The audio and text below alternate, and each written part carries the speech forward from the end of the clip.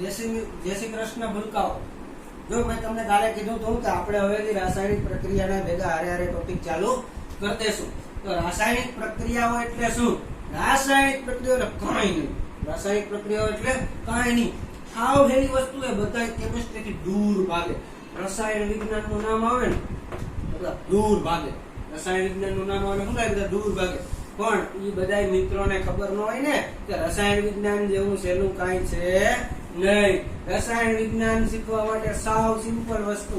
સૌથી પહેલા આપણે પરમાણુ વિશે, તેના વિશે તો પરમાણુઓ વિશે, એના બંધારણ વિશે, પછી પરમાણુઓની તત્વો વિશે, પછી તત્વોની સંજ્ઞા યાદ રાખવી પડે, ઇલેક્ટ્રોનિક કોન્ફિગરેશન એટલે કે ઇલેક્ટ્રોનની રચના યાદ રાખવી પડે, અને એની સંયોજકતા યાદ રાખવી પડે।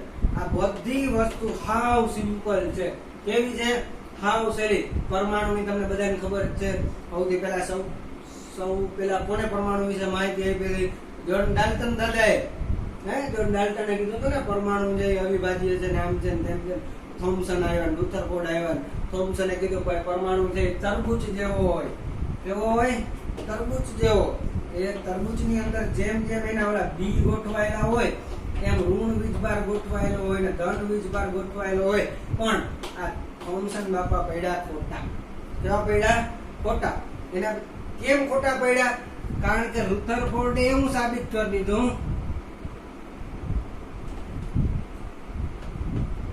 રુથરફોર્ડે શું સાબિત કરી દીધું કે ભાઈ મેં જ્યારે સોનાના એક પટ્ટી રાખી, રુથરફોર્ડે પ્રયોગ કર્યો, એને એમાં આલ્ફા કણોનો મારો કર્યો।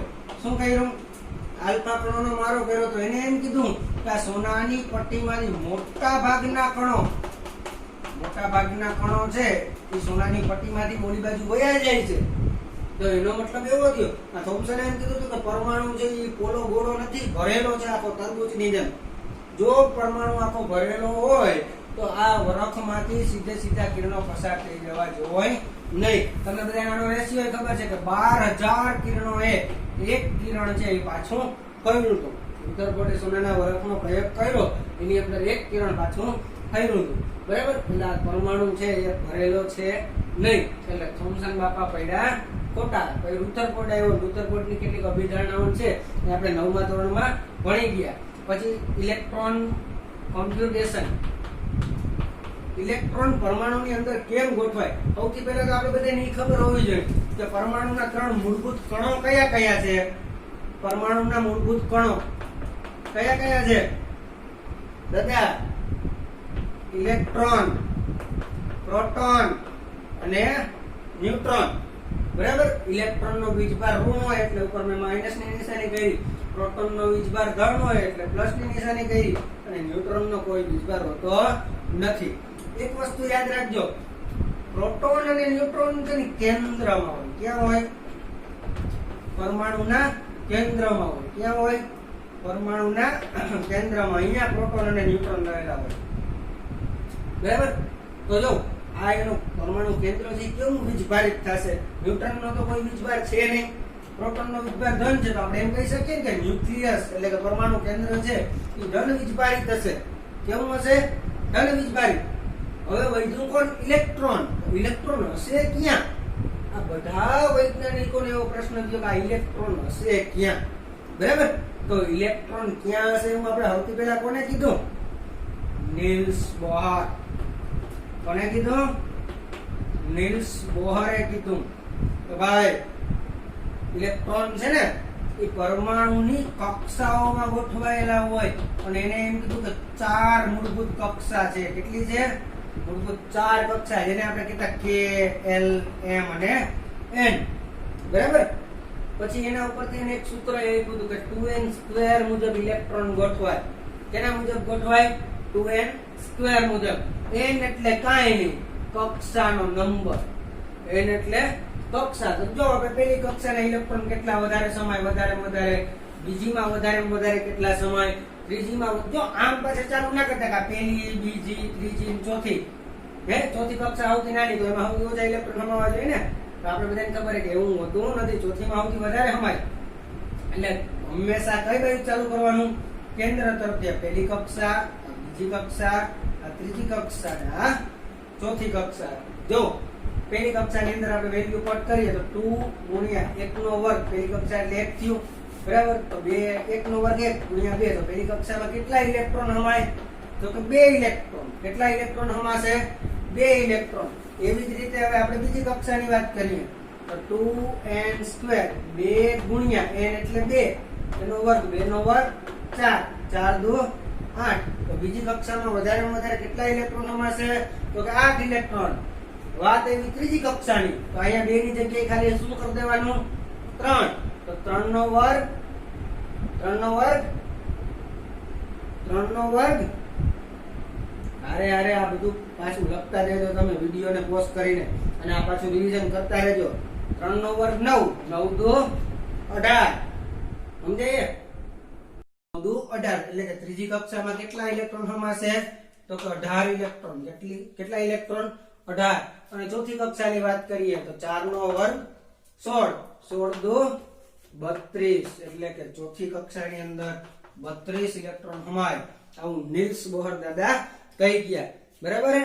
તો આપણે આ બધી પરમાણુની મૂળભૂત બધી માહિતી વિશે આપણે જોઈ ગયા. હવે સંયોજકતા કેમ નક્કી કરવી એના માટે તમારે ઇલેક્ટ્રોન રચના યાદ રાખવી પડે. હવે તમને ઘણી વખત એવો પ્રશ્ન થતો હોય કે સાહેબ આપણે આ બધું સમજાતું નથી, હે, કે કઈ રીતના ઇલેક્ટ્રોન કોન્ફિગરેશન આવે, કઈ રીતના સંયોજકતા નક્કી થાય. તો સૌથી પહેલા અને આપણે સ્વાભાવિક એવો પ્રશ્ન થવો જ જોઈએ કે સાહેબ હાઇડ્રોજનને જ પરમાણુ ક્રમાંક 1 કેમ આપ્યો? પરમાણુ ક્રમાંકની સંજ્ઞા Z છે. શું છે? Z, બરાબર. હાઇડ્રોજનનો જ પરમાણુ ક્રમાંક કેમ 1? હિલિયમનો કેમ 1 નહીં? હિલિયમનો 2 જ કેમ? હે, લિથિયમનો 3 જ કેમ? તો પરમાણુ ક્રમાંક એટલે શું? આપણે બધાને પહેલા ખબર હોવી જોઈએ ને. પરમાણુ ક્રમાંક કેવી રીતે નક્કી થાય? તો કે કોઈ પણ તટસ્થ પરમાણુની અંદર, કેવા પરમાણુની અંદર? તટસ્થ પરમાણુની અંદર એક વસ્તુ યાદ રાખજો કે તટસ્થ પરમાણુ હોય ત્યારે હંમેશા માટે ઇલેક્ટ્રોન અને પ્રોટોનની સંખ્યા છે ને એ સરખી જ હોય. કેવી હોય? સરખી જ હોય. ઇલેક્ટ્રોનની સંખ્યા અને પ્રોટોનની સંખ્યા કેવી હશે? સરખી. કેવા પરમાણુની અંદર? તટસ્થ પરમાણુની અંદર. તો જોઈએ આપણે કે તટસ્થ પરમાણુની અંદર જેટલા ઇલેક્ટ્રોન અથવા તો જેટલા પ્રોટોન એટલો જ એનો પરમાણુ ક્રમાંક હોય. શેડ એટલે પરમાણુ ક્રમાંક. તટસ્થ પરમાણુની અંદર જેટલા ઇલેક્ટ્રોન હોય અથવા તો જેટલા પ્રોટોન હોય એટલો જ એનો પરમાણુ ક્રમાંક હોય. પણ પરમાણુ કેવો હોવો જોઈએ? તટસ્થ. તમે આમ વાત કરી નાખો, સોડિયમનો પરમાણુ લઈ લે, હે, તો સોડિયમની ઉપર જો +1 કરી નાખ્યું. કેવું કરી નાખ્યું? +1. તો આ પરમાણુ તટસ્થ કહેવાય? ન કહેવાય ને, અધન ભારિત કહેવાય. કેવો કહેવાય? ધન ભારિત. તો આની અંદર જો આપણે બધાને ખબર +1 આવે એનો મતલબ 1 ઇલેક્ટ્રોનનું દાન કરી દીધું, બરાબર. હકીકતમાં પરમાણુ ક્રમાંક 11 છે, પણ આની અંદર જો પ્રોટોનની ઇલેક્ટ્રોનની સંખ્યા હવે કેટલી હશે? તો કે 10. પ્રોટોનની સંખ્યા તો એટલી ને એટલી 11 જ હોય. પ્રોટોનનું ક્યારે આદાન પ્રદાન થાય નહીં. સમજાય એ બધાને? ઓકે, ચાલો. તો જો તો હવે તમને બધાને સમજાઈ ગયું હશે કે હાઇડ્રોજનને શું કામ 1 આપ્યો, હિલિયમને શું કામ 2 આપ્યા, લિથિયમનો પરમાણુ ક્રમાંક શું કામ 3 આપ્યો? કારણ કે હાઇડ્રોજન ભાઈ પાસે એક જ ઇલેક્ટ્રોન હશે અને એક જ પ્રોટોન હશે. સમજાય છે? પછી વાત આવે હિલિયમની. હિલિયમ પાસે કેટલા ઇલેક્ટ્રોન હશે? તો કે 2 ઇલેક્ટ્રોન. પ્રોટોને કેટલા? તો કે 2 પ્રોટોન હશે.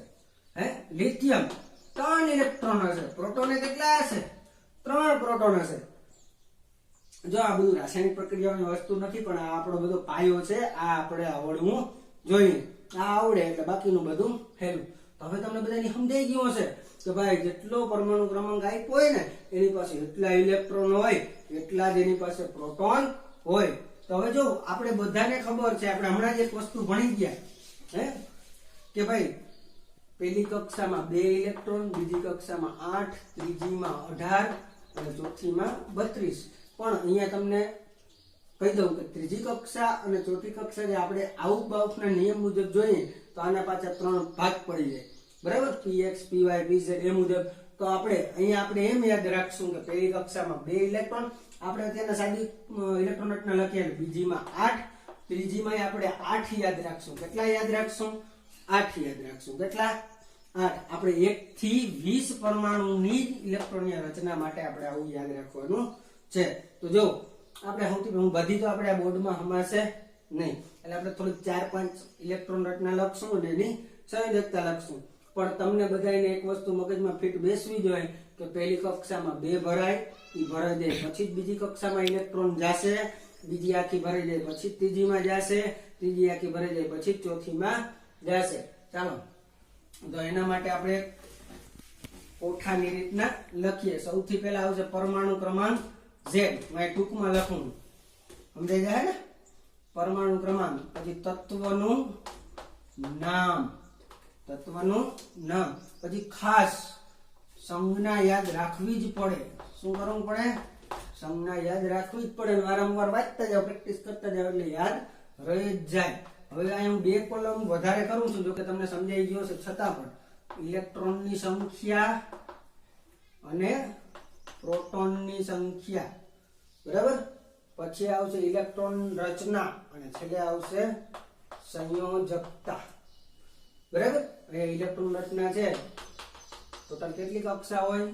તો 4 કક્ષા હોય. કેટલી કક્ષા હોય?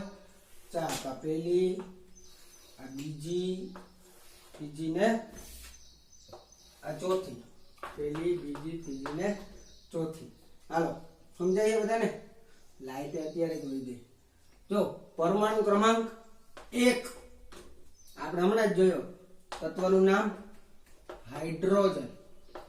જો આ બધું કેમ 1 થી 20 તત્વોને યાદ રાખવા માટે એક સિમ્પલ ટ્રીક છે. બધા તત્વો હોય ને એનો પહેલો અક્ષર યાદ રાખીએ આપણે. બધા તત્વનો પહેલો અક્ષર. તો જો અહીંયા પેલા 3 તત્વો હાઇડ્રોજન, હિલિયમ, લિથિયમ. પછી 2 બોકા, બેરિલિયમ, બોરોન અને કાર્બન. પછી ના ઓ ફ્લો.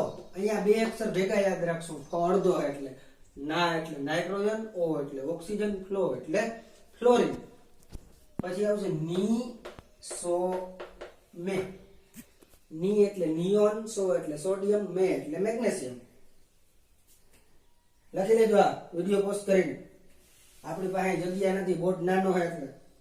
પછી આવશે A C4. A એટલે એલ્યુમિનિયમ, C એટલે સિલિકોન, O એટલે ફોસ્ફરસ. પછી આવશે ક્લો. ક્લો એટલે ક્લોરીન, સ એટલે સલ્ફર. જો અહીંયા પાછા 2 અક્ષર ભેગા છે ક્લોમાં. ક્લો એટલે ક્લોરીન, ક્લો એટલે ક્લોરીન. હાલો, પછી ચલો આ ઓ કે. આ એટલે આર્ગોન, O એટલે પોટેશિયમ, K એટલે કેલ્શિયમ. યાદ રહેશે? આર્ગોન, પોટેશિયમ, કેલ્શિયમ બધું યાદ રહી ગયું. હાઈલી બેબોકા નાવલો નીસો મેસિકો સકલો આપો કે. હાવ સિમ્પલ વસ્તુ છે. હાઈલી બેબોકા નાવલો નીસો મેસિકો સકલો આપો કે. બધાના પહેલા અક્ષર ઉપરથી તત્વોનું નામ આપણે યાદ રહી જાય, બરાબર. તો હવે જો આપણે અહીંયા બધા તત્વોનું નહીં કરીએ, પણ આપણે 5-7 તત્વો લઈ લઈએ. એક હાઇડ્રોજન લઈ લઈએ, એક લિથિયમ લઈ લઈએ, એક ફ્લોરિન લઈ લઈએ, એક સોડિયમ લઈ લઈએ, એક ક્લોરીન લઈ લઈએ, એક પોટેશિયમ લઈ લઈએ અને એક કેલ્શિયમ લઈ લઈએ, બરાબર. આપણે અહીંયા 7 તત્વો છે એ લઈ લઈએ. હા એટલે હાઇડ્રોજન. હાઇડ્રોજનની સંજ્ઞા હંમેશા કેપિટલ H. યાદ રાખવાનું, હાઇડ્રોજનની સંજ્ઞા હંમેશા કેપિટલ H. એની અંદર ઇલેક્ટ્રોન કેટલા હશે? જોજી, પરમાણુ ક્રમાંક કેટલો છે? 1. તો આપણે પહેલા જ ભણી ગયા, જેટલા ઇલેક્ટ્રોન એટલા જ પ્રોટોન. તો એની પાસે ઇલેક્ટ્રોન 1 હશે, પ્રોટોન કેટલા હશે? 1. તો પહેલી કક્ષામાં કેટલા ઇલેક્ટ્રોન આવશે? હવે અહીંયા આપણે જો પ્રોટોનને ભૂલી જવાનું. ઇલેક્ટ્રોનિક કન્ફિગરેશન એટલે ઇલેક્ટ્રોનની રચના છે, ઇલેક્ટ્રોનની ગોઠવણી છે. તો ઇલેક્ટ્રોનની સંખ્યા એના મુજબ જ આપણે અહીંયા ભરતી કરતું જવાનું. પહેલી કક્ષા, પછી બીજી કક્ષા, પછી ત્રીજી કક્ષા. તો ઇલેક્ટ્રોન 1 જ છે, તો કોઈ સવાલ જ નથી. પહેલી કક્ષામાં કેટલા ઇલેક્ટ્રોન આવશે? 1. હવે એક વસ્તુ એવી સંયોજકતા. આ વસ્તુ ઇમ્પોર્ટન્ટ છે. સંયોજકતા એટલે શું પહેલા તમને સમજાવી દઉં.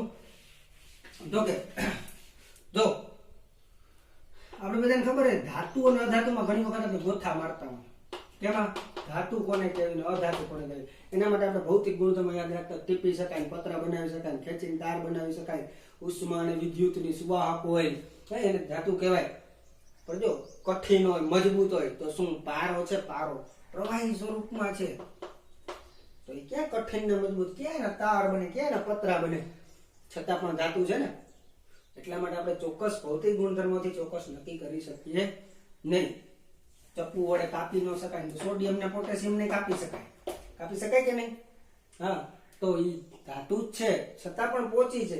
એટલા માટે આપણે છે ને આવા નિયમ ભૌતિક ગુણધર્મો યાદ રાખવા નથી. જેની છેલ્લી કક્ષામાં 1, 2 કે 3 ઇલેક્ટ્રોન હોય ને, શું કીધું? જેની છેલ્લી કક્ષામાં 1, 2 કે 3 ઇલેક્ટ્રોન હોય એ ધાતુ હોય. કેવી હોય?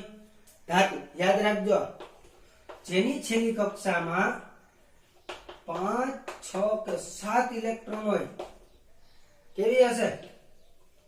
અધાતુ. બરાબર. જેની છેલ્લી કક્ષામાં 4 ઇલેક્ટ્રોન હોય, મોસ્ટ ઓફ આપણે એને કેવી કહીએ? અર્ધધાતુ. કેવી કહીએ? અર્ધધાતુ. અને જેની છેલ્લી કક્ષામાં 8 ઇલેક્ટ્રોન હોય, નિષ્ક્રિય વાયુઓનો સમૂહ હોય. કેવી હોય? Nobel gas. નિષ્ક્રિય વાયુઓનો સમૂહ. યાદ રહેશે? જેની છેલ્લી કક્ષામાં 1, 2 કે 3 ઇલેક્ટ્રોન હોય ધાતુ હોય, છેલ્લી કક્ષામાં 5, 6 કે 7 હોય અધાતુ હોય, 4 હોય તો અર્ધધાતુ હોય, 8 હોય તો નિષ્ક્રિય વાયુ હોય. પણ આપણે સંયોજકતામાં શું કામ છે? તો કે જેની છેલ્લી કક્ષામાં 1, 2 કે 3 ઇલેક્ટ્રોન છે એ પોતાને અષ્ટક પૂર્ણ થવા માટે જો કોઈ પાસે 2 ઇલેક્ટ્રોન હોય તો 6 બીજા કોઈ પાસે ખેંચી શકે નહીં. એટલે ફરજિયાત એને પોતાના 2 ઇલેક્ટ્રોનનું દાન કરવું જ પડે. દાન કરવું પડે એટલે ગુમાવે. તો જો યાદ રાખજો, ધાતુ હંમેશા છે ને ઇલેક્ટ્રોન ગુમાવી દે કોઈ તો કેવું આયન આવે? ધન આયન આવે. કેવું આયન આવે? ધન. તો એની સંયોજકતા કેવી આવશે? ધન. જેટલા ઇલેક્ટ્રોન ગુમાવે એટલી એની સંયોજકતા. યાદ રહેશે? કોઈ પણ તત્વ જેટલા ઇલેક્ટ્રોન ગુમાવે ને એટલી એની સંયોજકતા હોય. પણ ગુમાવે કેટલા એ કેમ ખબર પડે? તો જેની છેલ્લી કક્ષામાં 1, 2, 3 હોય એ હંમેશા ગુમાવી દે. સમજાય? ધાતુ હોય એ ગુમાવે, અધાતુ હોય એ મેળવે. જો 3 ગુમાવે તો કેટલી સંયોજકતા આવે? તો +3. 2 ગુમાવે તો +2. 1 ગુમાવે તો +1.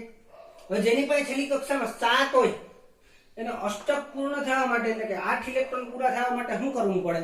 કાં તો 7 ઇલેક્ટ્રોન ગુમાવવા પડે, પણ એમાં તો બહુ એનર્જી વહી જાય એની. એટલે કોક પાસેથી 1 ઇલેક્ટ્રોન ઝડપથી ખેંચી લે. શું કરે? ખેંચે. કેટલા ખેંચે તો 8 થાય? તો 1 ઇલેક્ટ્રોન ખેંચે એટલે 8 થઈ જાય. તો એને કોક પાસેથી 1 ઇલેક્ટ્રોન ઉછીનો લીધો ને તો એની સંયોજકતા થઈ જશે -1. 6 હોય, ઓક્સિજન પાસે 6 છે તો એને કેટલા ઘટે અષ્ટક પૂર્ણ થવામાં? તો કે 2 ઇલેક્ટ્રોન ઘટે. 2 ઘટે એટલે કોક બીજા પાસેથી 2 મેળવે. 2 મેળવે તો એની સંયોજકતા -2. સમજાય એ બધાને સંયોજકતા? હાલો આ બધી વસ્તુ નોટ કરી લેજો, વિડીયો પોઝ કરીને લખી લેજો. ગરમી તો જો બાપા.